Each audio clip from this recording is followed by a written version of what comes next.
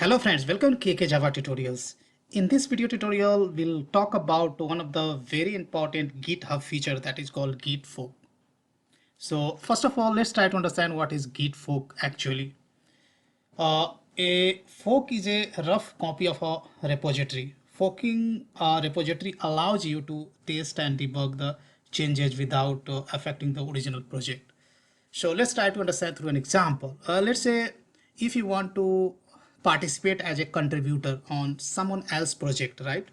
Then you can fork someone else project so that you can create basically duplicate copy of that project, and you can clone on your local repository. You do some modification, right? After that you can commit your change, you can push a change and raise a pull request, so that that pull request will be submitted to the original basically owner of that repository, and that owner of repository that look into your changes. If he or she finds your changes is good, then they can merge that changes on their own repository, or else they can provide the comment back if they want some other changes as well, right?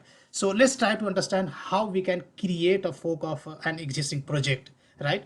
But before proceeding, let me tell you, you can create a fork of any project of only public repository. You cannot create a fork of a private repository, first of all.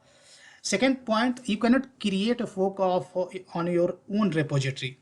Always you have to create a fork for someone else repository. These are the key points always you have to keep in mind, right?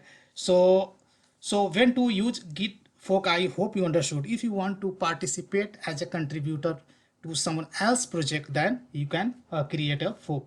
Now thing is that how to create a fork, right? Before how to create a fork, let me tell you, I have a two user account, two GitHub accounts. So here you can see this user name is KK Java Tutorials. From this user I have logged in into my GitHub account. Now here I'm going to search some public repository by Kishan Java Trainer. So I'm going to search some public repository which is basically which is owned by Kishan Java Trainer. If I press enter, then here you can say Kishan Java Trainer has done lot of public repository. So we can fork basically any of one. So just I'm going to click a Spring Boot security REST template. I click over here, and here you can see there are already 5 people has forked this repository, and there is only one contributor as of now, and this contributor is KK Java Trainer itself. So nobody has submitted any change to this repository as of now as a contributor. That's why contributor is showing only one, and that is Kishan Java Trainer. So owner is itself as a contributor as well, right? But some other people can fork and do their changes, and they can submit for pull request, right?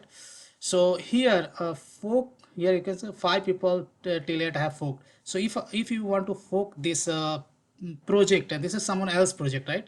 So you can click on the fork button and count will be incremented by 1. So now you can see the count has incremented by 1. Now it is showing 6.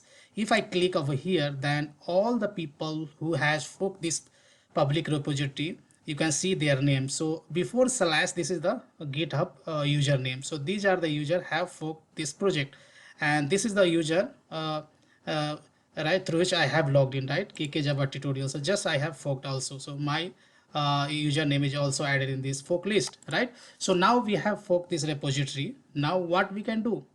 So if I click on the code, so this is the original code. So what I can do, if you click over here, we can clone this repository locally, we can do some modification, and after that we can push our changes into this repository. So when I push changes in this repository, then this pushing operation will happen only in the fork repository. This will not push changes to the original repository. And after pushing my changes, I need to raise a pull request, and this pull request will be submitted to the basically owner of this repository, who is the Kishan Java Trainer. They can review that pull request, and this they find if your changes is up to the mark, then they can directly merge, else they can provide, they can leave some comments, and accordingly you need to work on that as well, right? So here I'm not going to basically clone this repository locally. Instead, what we will do, I will make directly some changes on the GitHub itself, right? So to fork a repository, public repository, first of all, he will have to log in into the github.com by your own account.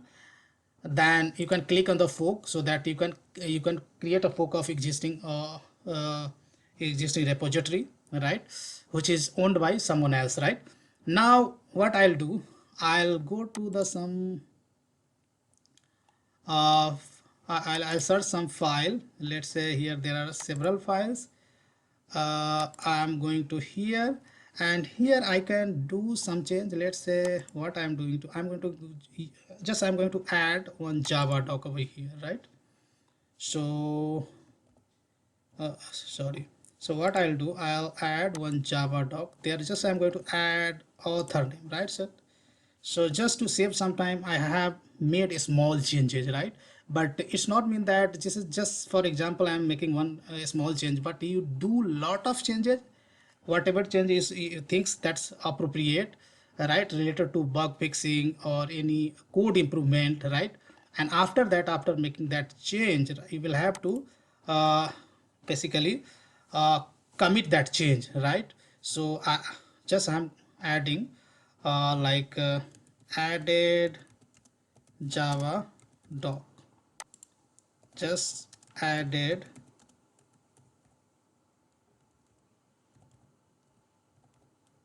author name in Java doc.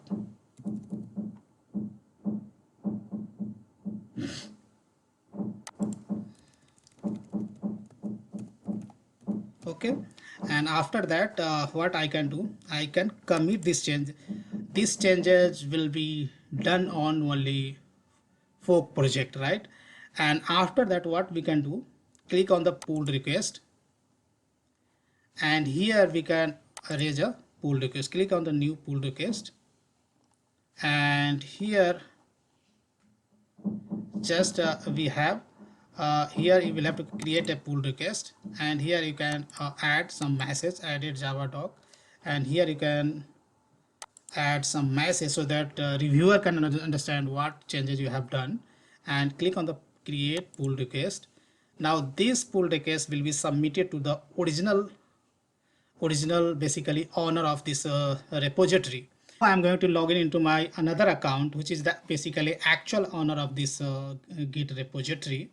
So I will open a new incognito window, and here I go to the github.com, and here I log in as another user. Once I log in, right, then here you can see I got basically one pull request from another user. Here if you go to this branch, then under the pull request you can see there is one pull request came, and here you can see this is the pull request commented as added Java doc. If you click over here, and if you go to the commits, then click on this commit ID, then you'll get the all changes what is submitted by the basically KK Java tutorials, right? So here you can see KK Java tutorials committed 5 minutes ago. This message is coming. This is the user who has basically created fork of my repository and did some changes and submitted a pull request that came to me. So I'm the owner of this repository, right? So I have to review all the changes what is submitted by this user, right? Now